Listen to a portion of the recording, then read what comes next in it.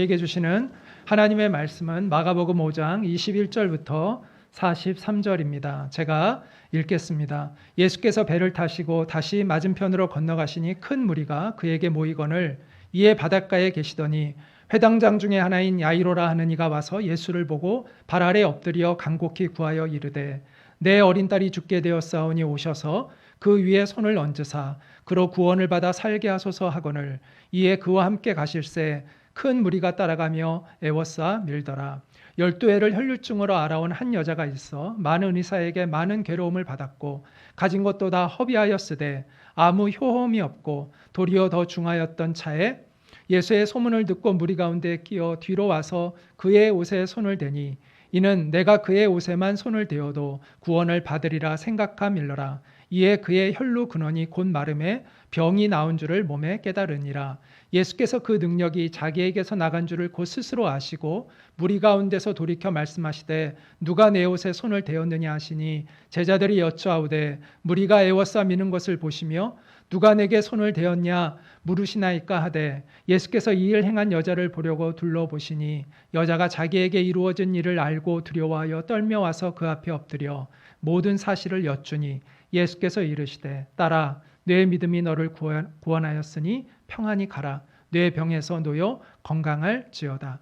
아직 예수께서 말씀하실 때 회당장의 집에서 사람들이 와서 회당장에게 이르되 당신의 딸이 죽었나이다. 어찌하여 선생을 더 괴롭게 하나이까.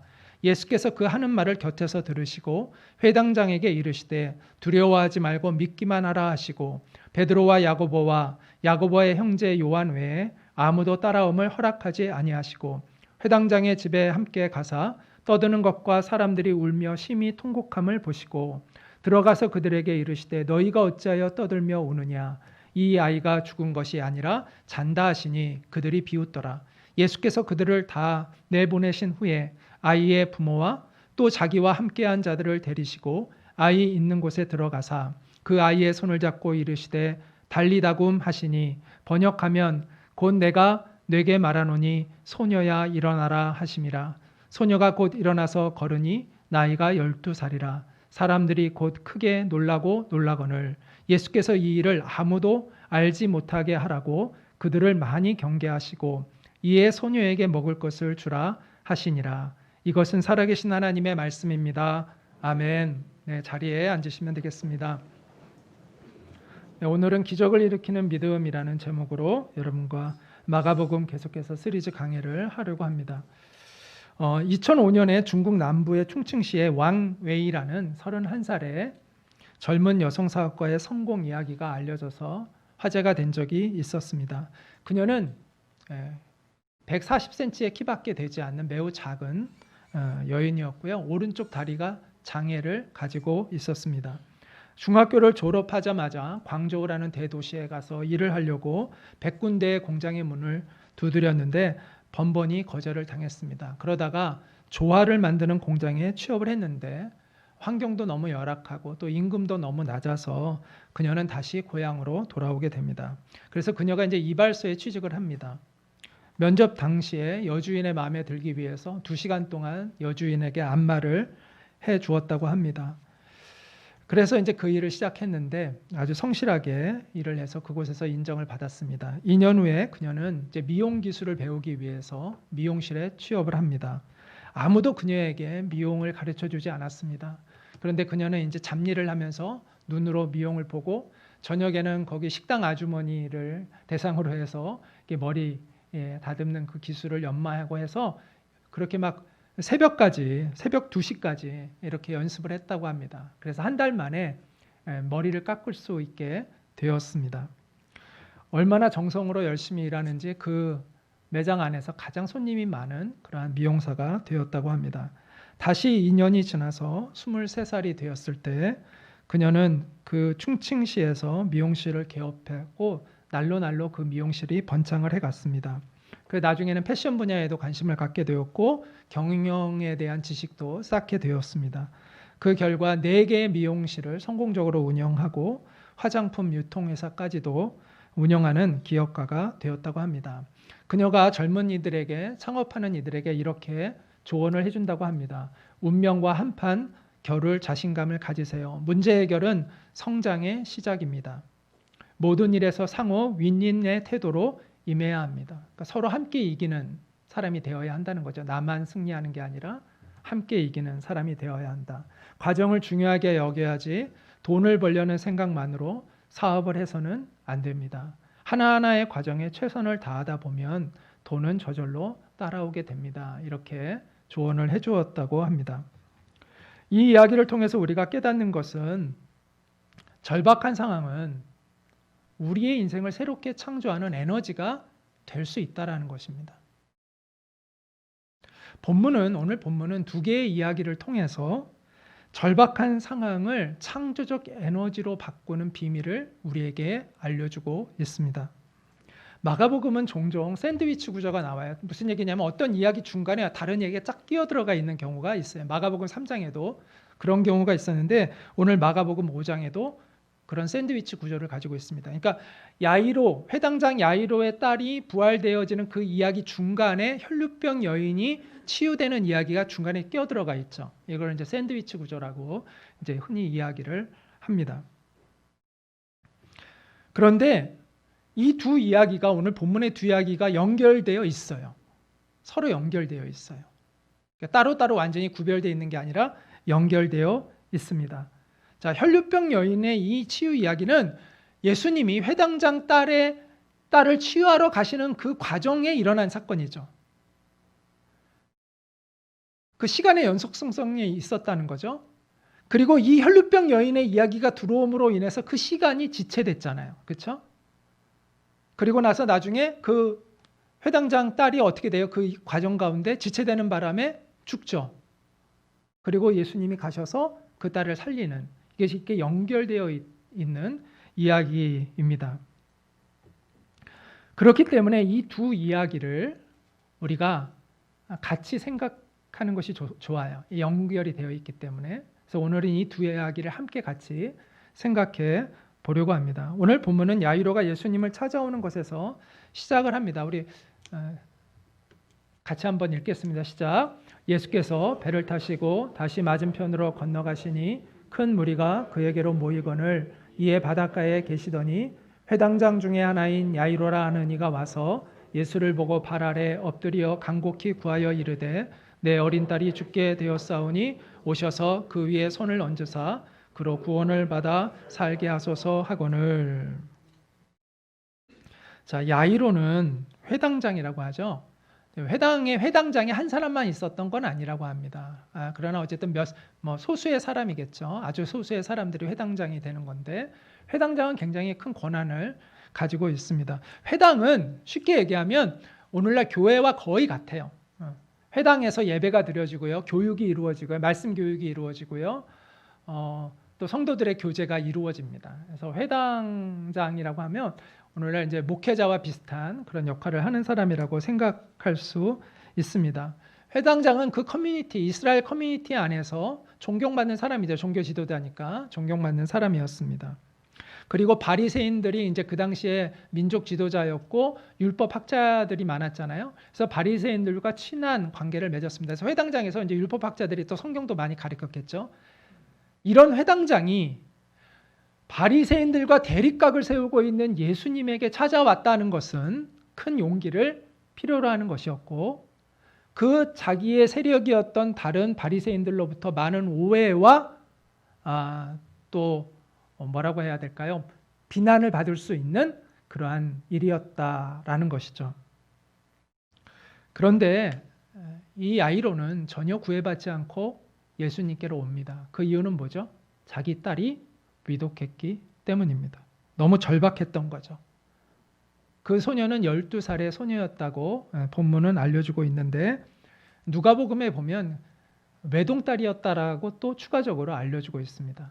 그래서 이 야이로의 딸은 어린 딸이었고 외동딸이었는데, 지금 어떤 병이었는지는 나오지 않지만 목숨이 아주 그 긴급한 위기 가운데 있는 그런 상황에 있었습니다. 그래서 야이로는 예수님한테 가면 살 수 있을 거라는 믿음을 갖고 온 거죠. 그 믿음은 어디서 왔을까요? 아마 예수님이 그 가버나움 지역에 전에 한번 이렇게 그러니까 순회를 하시면서 사역을 하신 적이 있거든요. 그때 많은 병자들이 치유되는 것을 그가 보았거나 아니면 그 치유받았던 사람들의 이야기를 듣고 예수님에 대한 신뢰를 갖게 되었을 겁니다. 어쨌든 그는 지금 절박하고 자기 딸을 구할 수 있는 사람은 예수님밖에 없다라는 그 절박한 마음을 가지고 용기를 내어서 예수님께 찾아갔던 것이죠. 그리고 그는 예수님께 무릎을 꿇고 자기 딸에게 가서 손을 얹어 내 딸을 살려달라고 그렇게 간청을 합니다. 그래서 예수님은 이 간청에 즉각적으로 응답해 주세요. 그래서 그와 함께 그의 집으로 출발을 하셨습니다. 그런데 예상치 못한 돌발 상황이 중간에 발생하죠. 우리가 아까 본 대로 예수님께서 길을 가다가 갑자기 멈추세요. 그리고 누가 내 옷에 손을 대었느냐 이렇게 묻습니다. 그러니까 제자들이 좀 어이없어합니다. 왜냐하면 수많은 사람들이 몰려서 이렇게 오고 하는데 예수님은 옷을 한두 사람이 뭐 이렇게 만졌겠어요? 막 서로 밀치기도 하고 이렇게 하면서 만지기도 하고 하는데 아니 그걸 어떻게 아냐고요. 그러니까 아니 무리가 애웠어 이렇게 미는 거 다 아시면서 누가 내게 손을 대었냐 이렇게 물으십니까? 그 제자들이 황당해가지고 이렇게 예수님께 되묻습니다. 그런데 예수님은 자신의 능력이 나간 걸 알고 물으신 거예요. 그러니까 이게 그냥 손댄 걸 말하는 것이 아니라 어떤 사람이 내 옷에 손을 댐으로 나음을 받은 것을 느끼셔서 물은 거예요. 어떤 특정인을 찾고 계셨던 것이죠. 모든 사람은 몰랐지만 당사자는 알죠. 그래서 그 여인이 두려워 떨면서 예수님 앞에 나옵니다. 그리고 예수님의 옷을 왜 이렇게 만졌는지 그 이유를 이제 이야기를 합니다. 12해를 혈루증으로 알아온 한 여자가 있어 많은 의사에게 많은 괴로움을 받았고 가진 것도 다 허비하였으되 아무 효용도 없고 도리어 더 중하였던 차에 예수의 소문을 듣고 무리 가운데 끼어 뒤로 와서 그의 옷에 손을 대니 예수님의 옷에 손을 댔다는 거죠. 이는 내가 그의 옷에만 손을 대어도 구원을 받으리라 생각함일러라. 이 이유 때문에 그녀가 예수님께 손을 댔다는 거죠. 이에 그의 혈루 근원이 곧 마름에 병이 나온 줄을 몸에 깨달으니라. 그녀는 12년 동안 혈루병을 앓았습니다. 우리가 혈우병과 혈루병이 다릅니다. 혈우병은 피가 응고되지 않는 질환이에요. 피가 멈추지 않는 질환이죠. 그걸 혈우병이라고 하는데 이 여인은 혈루병입니다. 혈우병이 아니라 피가 계속해서 흘러나오는데 아마도 자궁에서 피가 계속 나오는 그런 병을 앓고 있었던 여인이었을 거예요. 그리고 그녀는 율법적으로도 부정한 여인이었습니다. 몸에서 계속 피를 흘리고 있었기 때문에 율법적으로도 부정한 여인이었습니다.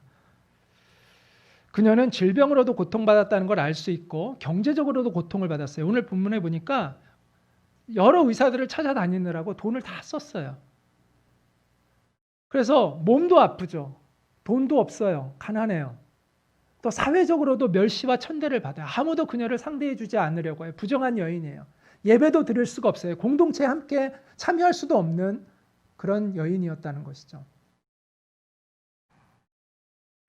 그런데 그녀에게 어느 날 예수님의 옷이라도 내가 만지면 나을 거라는 믿음이 생겼던 것입니다. 당시 사람들은 거룩한 사람의 옷에도 어떤 능력이 있다고 믿었다고 해요. 그래서 예수님의 옷을 내가 만지면 나을 거라는 그 당시의 어떤 사회적 통념 속에서 그녀는 그런 믿음을 가지고 있었던 것입니다. 그녀는 그녀의 주위로 예수님이 지나간다는 이 마지막 기회, 자기가 치유받을 수 있는 이 마지막 기회일지도 모르는 이 기회를 놓치기를 원하지 않았던 것이죠. 그래서 결사적으로 얼마나 많은 사람이 군중 사이에 이렇게 갔겠어요. 근데 그 사이를 비집고 들어가서 결사적으로 예수님의 옷자락을 잡았는데 정말 그 믿음대로 그녀의 몸에서 나은 것을 그녀는 감지했습니다. 오늘 본문이 그렇게 이야기하고 있죠. 그래서 그녀는 이제 곧 떠나려고 했어요. 정체를 숨기고. 왜냐하면 그게 예의예요. 예수님에 대한. 왜냐하면 부정한 사람이 예수님을 만지잖아요. 그럼 예수님도 부정해지는 거예요. 그래서 예수님에 대한 그게 예의예요. 아무도 모르게, 자기가 아무도 모르게 예수님의 그것을 만진 것은 예수님을 배려한 거예요. 그 여인이. 그리고 자기는 이제 나았다고 알았고 이제 몰래 이제 가려고 했는데 거기서 예수님께서 누가 내 몸에 손을 대었느냐라고 말씀을 하셨던 것이죠. 그래서 그녀는 두려움에 떨며 예수님 앞에 나아갔습니다. 그녀는 왜 두려워했을까요? 예수님한테 혼날 줄 알았겠죠. 왜? 허락도 없이, 예수님의 허락도 없이 만졌으니까. 또 부정한 여인이 만져서 예수님을 율법적으로 부정하게 했기 때문에 자기가 혼날 거라는 두려움을 가지고 있었습니다. 그러나 예수님의 음성은 너무나 따뜻했습니다. 예수께서 따라 내 믿음이 너를 구원하였으니 평안히 가라. 네 병에서 놓여 건강할지어다. 이렇게 말씀해 주셨습니다. 예수님이 굳이 그냥 가셔도 되잖아요. 아, 누가 나았나 보다. 그리고 그냥 가셔도 되죠. 그런데 왜 굳이 예수님께서 그 급한 발걸음을 멈추고 그녀를 찾으셨을까?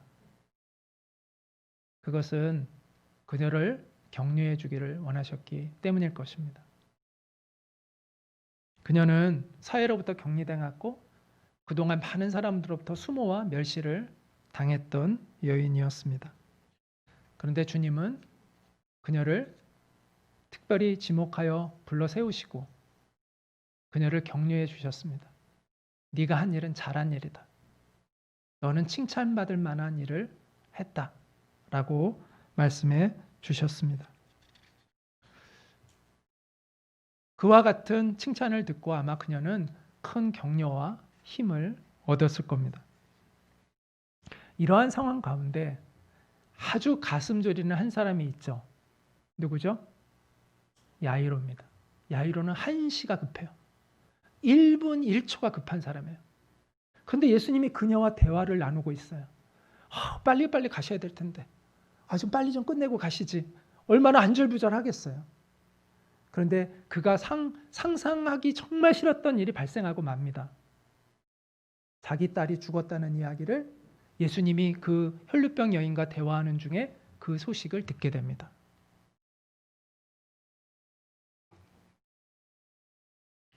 아직 예수께서 말씀하실 때 회당장의 집에서 사람들이 와서 회당장에게 이르되 당신의 딸이 죽었나이다. 어찌하여 선생을 더 괴롭게 하나이까? 그러니까 예수님 데리고 오실 필요 없다. 이런 얘기죠. 이 야이로의 마음은 어땠을까요? 정말 비통했겠죠. 야이로는 절망이 가득한 눈으로 예수님께 다가갔을 겁니다. 그리고 예수님에게 울먹이면서 자기 딸이 이제 죽었다고 그렇게 이야기를 했겠죠. 하지만 예수님은 놀라운 말씀을 하셨습니다. 같이 한번 읽겠습니다. 시작. 두려워하지 말고 믿기만 하라. 예수님이 그 충격적인 이야기를 들었는데 예수님이 전혀 미동하지 않으시고 두려워하지 말고 믿기만 하라 이렇게 말씀하셨어요. 예전에 야이로의 믿음은 예수님이 내 딸이 죽어가지만 아직 살아있잖아요. 그 딸에게 오셔서 만져주시면 나을 거라는 믿음만 있으면 되는 거예요. 근데 이제 야이로에게는 더 큰 믿음이 요구됐어요. 어떤 믿음이죠? 죽은 딸이 살아날 거라는 더 큰 믿음을 요구받게 된 것이죠. 예수님은 베드로와 야고보와 요한 이 세 명의 제자는 예수님이 중요한 순간마다 항상 데리고 다녔던 12명의 제자 중에서도 특별히 이 세 명의 제자를 특별히 예수님이 데리고 다니셨거든요. 이 제자들을 딱 선별해서 가십니다. 그 집으로. 그리고 거기 갔더니 장례 절차가 진행되고 있어요. 우리나라도 이제 옛날 그 유교의 그 전통에서는 막 곡하잖아요. 그 슬픔을 표현하는 곡, 그게 일종의 예의였던 것 같아요. 우리나라도 보면. 근데 이스라엘의 장례 문화가 좀 비슷한 게 있어요. 그래서 그 당시에 사람들이 곡을 해주는 거예요. 그러니까 회당장의 그 존경하는 회당장의 딸의 상이 났으니까 그 애통함을 자기가 표현해 주는 거예요. 그래서 사람들이 막 우는 소리를 곡을 하고 있었습니다. 그때 예수님이 뭐라고 말씀하시냐면 너희가 어찌하여 떠들며 우느냐 이 아이가 죽은 것이 아니라 잔다 이렇게 얘기했더니 사람들이 비웃었다고 그렇게 성경에 기록되어 있습니다. 예수님은 그 모두를 그 시체가 있는 곳에서 보내시고 부모와 그 야이로와 야이로의 아내 그리고 제자 3명만 딱 데리고 방으로 가셨습니다. 그리고 그 소녀의 손을 잡고 달리다굼 이렇게 외치셨는데 달리다굼은 이제 소녀야 일어나라 이런 뜻이거든요. 그 아이의 손을 잡고 이르시되 달리다굼 하시니 번역하면 곧 내가 내게 말하노니 소녀야 일어나라 하심이라. 여기서 이 달리다굼이라는 이 말은 아람어예요. 그러니까 그 당시에 예수님과 이스라엘 그 히브리인들이 주로 아람어를 사용했거든요. 그 아람어를 그대로 표현한 겁니다. 그래서 마가복음은 누가 썼어요? 마가가 쓴 거죠. 마가는 누구의 제자예요? 베드로의 제자이거든요. 그래서 마가가 이 베드로가 이 현장에 있었잖아요. 그러니까 예수님께서 달리다굼 외치시는 소리를 생생하게 전해준 거죠. 마가에게. 그래서 마가가 그 현장에서의 그 예수님의 그 말을 그 달리다굼이라는 용어를 그대로 사용하고 있는 거죠. 현장감이 있는 거죠. 그래서 달리다라는 것은 소녀의 뜻이고 굼은 일어나라 이런 뜻이에요. 그러니까 달리다굼 하면 소녀여 일어나라 이제 이런 뜻입니다. 근데 놀라운 일이 일어나죠. 정말 소녀가 살아났습니다. 근데 예수님이 그 사실을 아무에게도 얘기하지 말라고 하셨어요. 왜 그러셨을까요? 사람들이 정말 관심을 가져야 할 것엔 관심을 갖지 않고 이 기적 자체에 막 환호하고 이 기적 자체에 지나친 관심을 갖는 것을 예수님은 원하지 않으셨던 것 같아요. 그리고 소녀에게 먹을 것을 주라 이렇게 말씀을 하셨습니다.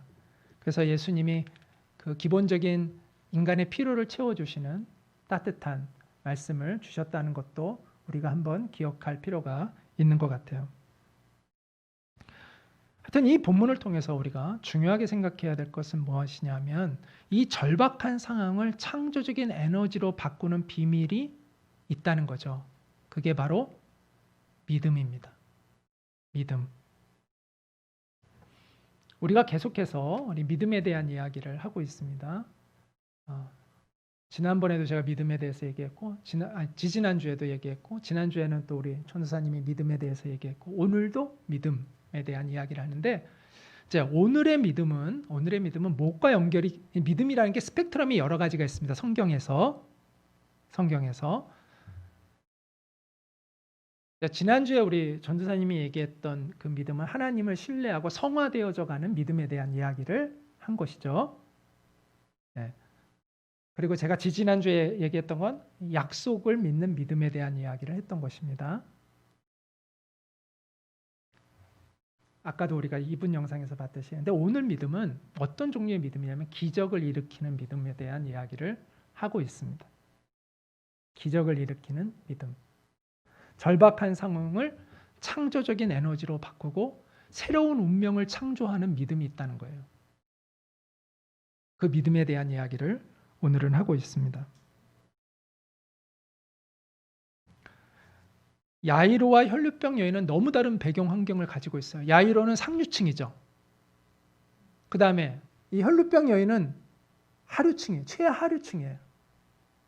그런데 이 두 사람이 오늘 공통점을 가지고 있어요.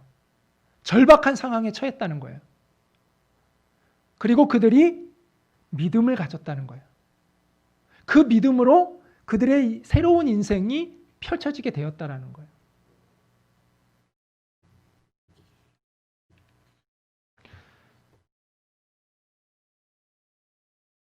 그 절박함 그 자체를 우리가 미화시킬 필요는 없습니다.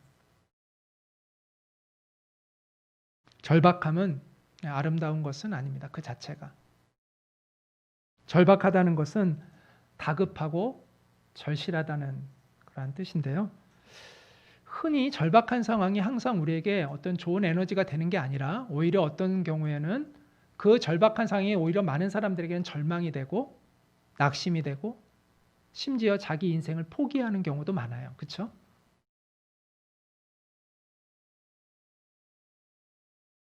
그 절박한 상황이 꼭 긍정적인 어떤 에너지로 바뀌는 게 아니라 부정적인 에너지가 되어서 그 절박함 때문에 자기 인생을 포기하는 사람들이 훨씬 많습니다. 그래서 절박함 자체를 우리가 미화할 필요는 없다고 생각합니다. 하지만 예수 그리스도를 향한 믿음을 우리로 하여금 갖게 할 때는 달라집니다. 이 절박함은 복이 될 수 있습니다. 이 절박함이 예수 그리스도를 향한 믿음으로 연결만 될 수 있다면 이 절박함은 우리에게 소망이 되고 복이 될 수 있다는 거예요.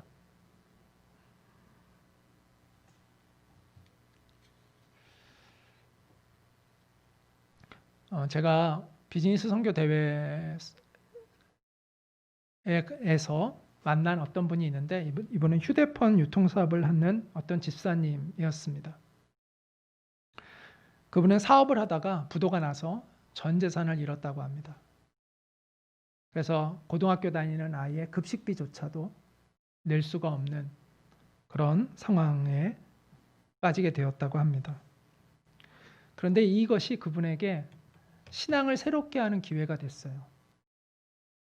그래가지고 그냥 형식적으로 교회를 다니던 사람이었는데 그것이 계기가 되어 이제 주님을 바라보는 믿음을 갖게 된 것이죠. 그 절박함이 신앙을 갖게 되었어요. 그래서 이분이 로마서를 영어로 다 외웠대요. 로마서를 영어 성경으로 외웠대요. 그러니까 외울 정도니까 계속해서 그거를 읽다 보니까 묵상이 막 되더라는 거예요. 그리고 렉티오 디비나라고 해서 제가 전에도 한번 성경 읽기에 대해 이야기하면서 말씀한 적이 있는데 성경을 소리내서 이렇게 읽는 거예요. 읽으면서 이렇게 묵상하는 건데 수도원에서 많이 하던 이제 성경 읽기 훈련법인데 이 렉티오 디비나를 그가 이제 훈련하게 됐다고 합니다. 그러면서 이 성경의 세계 안으로 깊이 들어가는 체험을 하게 되었다고 해요. 그래서 자기가 이제 하나님과의 관계가 새로워지고 새로 사업을 해서 모든 빚을 다 갚게 되었다고 합니다. 그리고 비즈니스 선교 운동의 개척자로 평가받는 18세기와 19세기에 활동했던 선교단체 모라비안 형제단에 대해서 큰 관심을 갖게 됐고 그들과 같은 공동체를 이루는 꿈을 갖게 되었다는 이야기를 제가 들었습니다. 한번 같이 한번 읽어볼까요? 시작. 네, 이처럼 절박함이 믿음과 만나면 우리의 인생에 기적이 일어납니다. 우리의 인생이 절박함이 믿음과 만나면 우리의 인생이 새롭게 창조되어집니다. 상황이 절박하다고 해서 무조건 믿음이 생기는 것은 아닙니다. 아까도 말씀드렸지만 어떤 경우에는 상황이 절박한 사람들이 믿음을 그나마 있는 믿음도 잃어버리는 사람들도 있어요. 물론 그 믿음이 온전하지 않았으니까 전 그렇다고 생각합니다. 온전하지 못한 믿음은 어려운 상황이 오면 무너져 내리게 되거든요. 오히려 어려운 상황이 오면 많은 사람들이 믿음을 잃는 사람도 있어요. 교회를 다녀도 교회 다니는데도 어려움이 와 그러면서 교회를 떠나는 사람들도 많습니다. 하지만 야이로와 같은 이 혈루병 여인과 같은 사람들이 있다라는 것이죠. 그 절박한 상황 속에서 오히려 주님을 더 의지하고 바라보게 되는 믿음을 갖는 사람들이 있다라는 거예요. 그런 믿음을 갖는 사람들은 새로운 인생을 창조하는 기적을 경험하게 된다라는 것입니다. 여러분의 인생에 절박함이 있습니까? 여러분은 어떤 선택을 하고 있나요? 기적을 창조하는 믿음을 가지시기를 권면합니다. 여러분이 어떤 상황이 있든 여러분이 어떤 좌절을 겪고 있든 하나님은 전능하신 하나님이시라는 것이죠. 인간의 절망은 하나님의 시작이다라는 말씀이 있습니다. 인간의 절망은 하나님의 시작이다. 오히려 우리가 절망할 때 하나님이 우리 인생에 일하실 수 있다는 거예요. 우리가 스스로 힘이 있다고 여길 때는 하나님이 역사하지 않으시죠. 그러나 내가 정말 하나님밖에는 없습니다라는 고백 가운데 주님 나를 도와주세요라는 그 진실하고 간절한 믿음이 생길 때 주님은 우리의 인생에 개입하시고 역사하시는 것을 우리는 경험하게 됩니다. 그래야 진정한 믿음의 사람이 될 수가 있는 것이죠. 간절한 마음으로 겸손하게 주님을 의지하는 여러분이 되시기를 바랍니다. 사람들은 흔히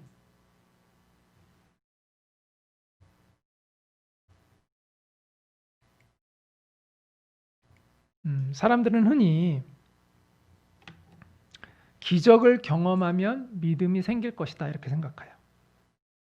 자, 다시 한번 얘기해 볼게요. 자, 흔히 사람들은 어떻게 생각하냐면 기적이 있어야 내가 믿음을 가질 수 있다라는 생각을 합니다. 그래서 이렇게 기도합니다. 하나님, 기적을 일으켜 주십시오. 그러면 제가 주님을 믿겠습니다. 그런데 그런 기도는 응답받기 어렵습니다. 왜냐하면 영적인 원리에서 어긋나 있기 때문입니다. 자, 기적이 있어야 믿음이 생기는 게 아니라요. 믿음이 있어야 기적이 생기는 겁니다. 만약에요. 기적이 있어서 믿음이 생긴다면 예수님을 따라다니던 군중들은 다 믿음이 있을 거예요.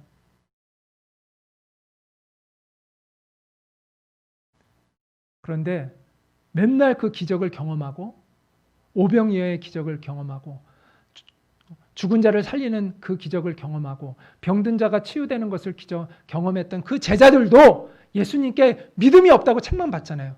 너 왜 이렇게 믿음이 없냐? 이렇게 책망을 받았잖아요. 기적을 경험해야 믿음이 생긴다고요? 그러면 예수님을 따라다녔던 그 사람들은 다 믿음을 가져야 되잖아요. 근데 그렇지 않았어요. 기적이 있어야 믿음이 생기는 것이 아니라 믿음이 있을 때 기적을 경험하는 거예요. 우리가 하나님을 경험하는 삶이라는 성경 공부를 하고 있는데 하나님을 경험하는 삶이라는 이 성경 공부에서 가장 중요하게 여기는 것이 순종이에요. 우리는 하나님을 경험해야 내가 순종할 수 있다는 착각을 한다는 거예요. 그러니까 평생 순종을 안 해요. 근데 순종은 언제 일어나느냐? 아니, 하나님을 경험하는 건 언제 일어나느냐? 순종할 때 일어난다는 거예요. 순종할 때. 내가 하나님을 경험해야 순종하는 것이 아니라 내가 순종할 때 하나님을 경험하는 거예요. 기적을 경험해야 내가 믿음을 갖는 것이 아니라 믿음이 있을 때 기적을 경험하는 거예요. 그게 영적인 원리라는 것이죠. 그래서 하나님이 믿음을 칭찬하시는 거예요. 그래서 믿음이 하나님을 기쁘시게 하는 거예요. 기적을 경험해야 믿음을 갖는다면 하나님이 그걸 기뻐하실 이유도 없고 칭찬하실 이유가 없잖아요. 믿음이 먼저이기 때문에, 순종이 먼저이기 때문에, 그래서 하나님이 순종하는 사람을 기뻐하시고 순종하는 사람을 칭찬하시는 거예요.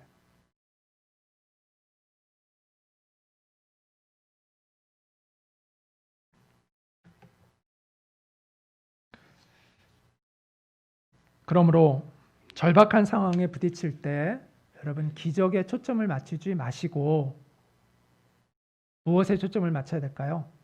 믿음에 초점을 맞추셔야 합니다. 나에게 온전한 믿음이 있는가를 점검하셔야 돼요. 내가 정말 주님만을 바라보고 의지하고 있는가를 점검하셔야 합니다. 그 믿음이 있다면 기적은 항상 예비되어 있습니다. 절박한 상황 속에서 낙심하지 않고 오히려 주님을 온전히 의지하는 믿음으로 하나님의 기적을 경험하는 여러분 되시기를 축복합니다. 그래서 하나님의 은혜 가운데 새로운 운명을 개척해 나가는, 창조해 나가는 그런 여러분이 되시기를 주님의 이름으로 축복합니다.